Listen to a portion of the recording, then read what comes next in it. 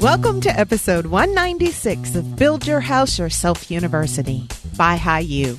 I'm your host and fellow student, Michelle Nelson, and together we'll learn the basics of home design and construction and demystify the building process so we can get the biggest bang for our buck and build quality dream homes with or without a general contractor. Those of us who want to build a well-constructed, energy-efficient home should aim for a tight building envelope that minimizes air leakage, meaning it's airtight, controls moisture, and has a generous amount of insulation. In episodes 27 through 31, we looked at several different ways to insulate a house, but this week, we'll consider how much insulation is enough and whether over-insulating a house is a thing. Jeremy, this one's for you. Let's get right into it. Let's start with a pop quiz, which will also be a review of a previous pro term. R-value. Do you remember what R-value is? We've talked about R-value in several episodes, including episode 27 called Insulation 101. Well, R-value is the measure of a material's resistance to heat flow. The higher the R-value, the more resistant a material is to heat flow, meaning the material decreases the unwanted flow of heat either going into or out of a house. Generally, in the winter, we want the heat produced by our HVAC system to stay in our houses. And in the summer, we want uncomfortable outdoor heat to stay out of the house. The higher the R value, the better. At least that's the general rule. You can do several things with insulation to increase the R value of a wall, basement, or attic. First, you can build thicker walls with deeper insulation cavities and add more inches of insulation. For example, you could build a 2x6 wall instead of a standard 2x4 wall. That extra 2 inches of depth gives you more room for more inches of insulation. Another thing you can do to increase the R value is to add foam board insulation to the exterior of your house to go with whatever interior insulation you choose. Thirdly, you can go with a higher density, aka more compact type of insulation. Typically, denser insulation has a higher R value per inch compared to a less dense insulation. For example, you can choose denser spray foam insulation instead of less dense fiberglass bats. That will allow you to increase the R value without having to increase the depth of the insulation or the depth of the insulation space. So those are the ways we can increase insulation to increase R values. And the more insulation you add, the less unwanted heat flow you'll get. But at some point, you'll be paying so much for the insulation and the deeper wall cavity that you need to build to hold all that insulation that you end up paying more for the insulation than you can recover in energy savings. For insulation, there's a point of diminishing returns. A point of diminishing returns is when the profits or benefits gained are less than the amount of money or energy invested. Let me repeat that. A point of diminishing returns is when the profits or benefits gained are less than the amount of money or energy invested. Meaning, at some point, putting more money into increasing the R value of a wall or roof stops making financial sense. There's a detailed calculation that you can look at that will help you better understand the mathematics and science of the conclusions I'm about to talk about. And I'll link to an article that goes into the geeky details, but that's way over my head and over my level of interest. So today, I'll summarize the conclusions from that article, and you can read the details for yourself if you're into that kind of thing. Okay, let me start by giving you some information for perspective. An uninsulated standard 2x4 wood-framed wall has an R value of about 3, and that obviously won't reduce much unwanted heat flow. When you add insulation, most of the reduction in the unwanted heat flow happens as the first several inches of insulation are added. After you hit around R14, R16 or so, each R2 increase in insulation becomes less and less effective at reducing heat flow. I'll include a graph in the show notes at BYHYU.com that demonstrates this. It's really helpful to look at, so definitely go over to BYHYU.com. Another thing I want you to realize is that at a certain point, to increase the wall's R value, you'll need to thicken your walls to increase the insulation cavity. Thickening the wall and insulation cavity and using denser insulation are two of the ways to increase R values that we just mentioned. And even with very dense, compact insulation, like closed cell spray foam insulation, you'll require many inches of insulation to obtain very high R values. Here's the thing. Deeper wall cavities require more lumber for construction, and deeper walls also require deeper, more expensive door and window jambs. So aiming for certain R value levels will require you to spend more, not only on additional insulation, but also on framing. Now, if you can recover that extra money spent with savings from your utility bills, that extra R value makes sense for you. But if you think you want walls with an R value of 100, I'm just making up a ridiculously high number. But say you want a wall with an R value of 100. It might take 70 years to recoup the extra money spent. And that doesn't really make sense.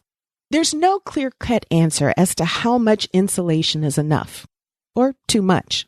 But there are multiple variables involved in making that decision, including number 1, your climate zone. Number 2, the type of heating and cooling system you'll have. Number 3, the fuel used for heating, either electric or gas. Number 4, the utility costs in your area.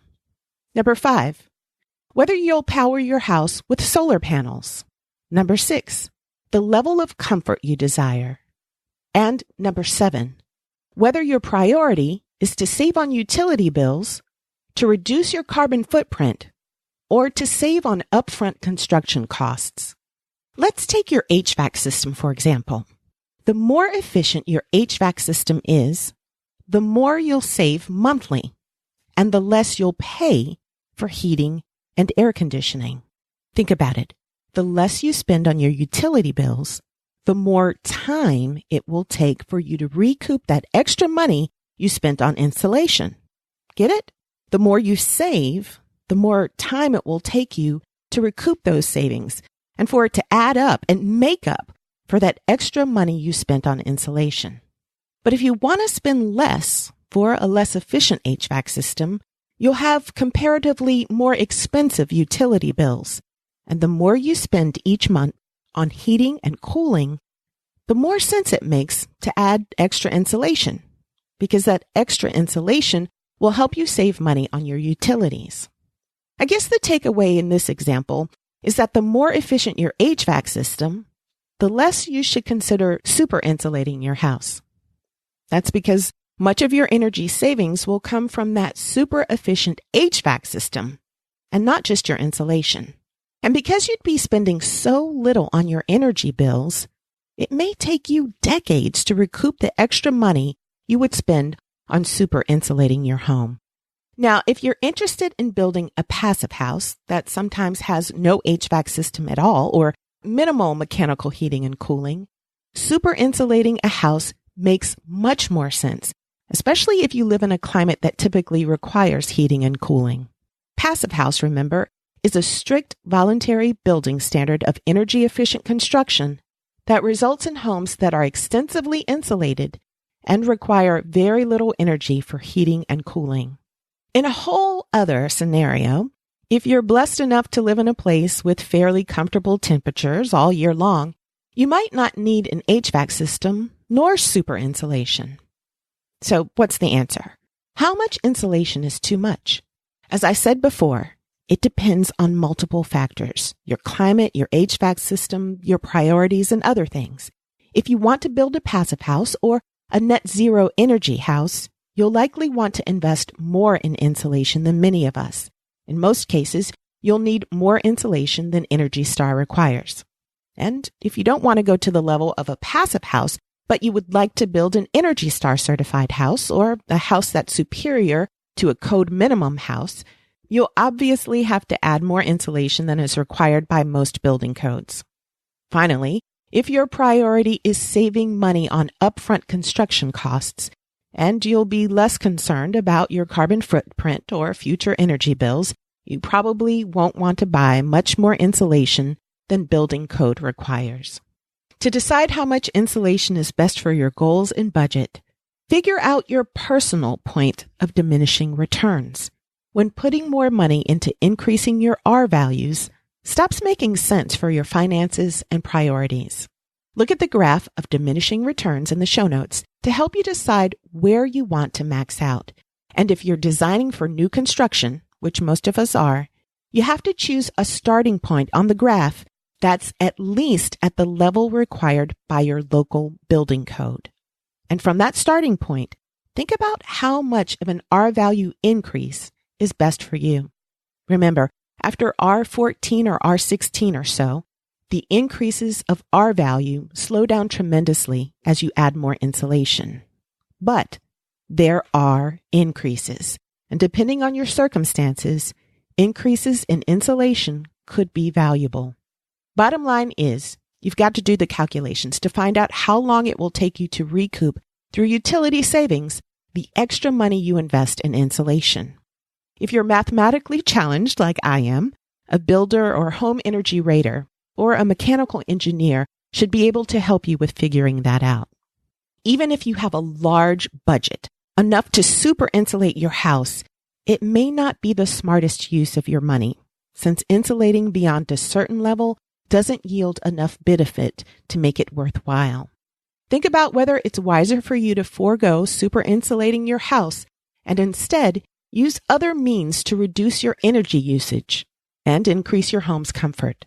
For example, you can save energy, decrease your utility bills, and make your house more comfortable by doing things like choosing energy-efficient water heaters, appliances, and LED lighting, adding solar panels, by focusing on achieving a tighter building envelope by reducing air leakage, adding generous sun-blocking roof overhangs in warmer climates, and by getting a dehumidifier in humid areas so your air conditioner won't have to work as hard.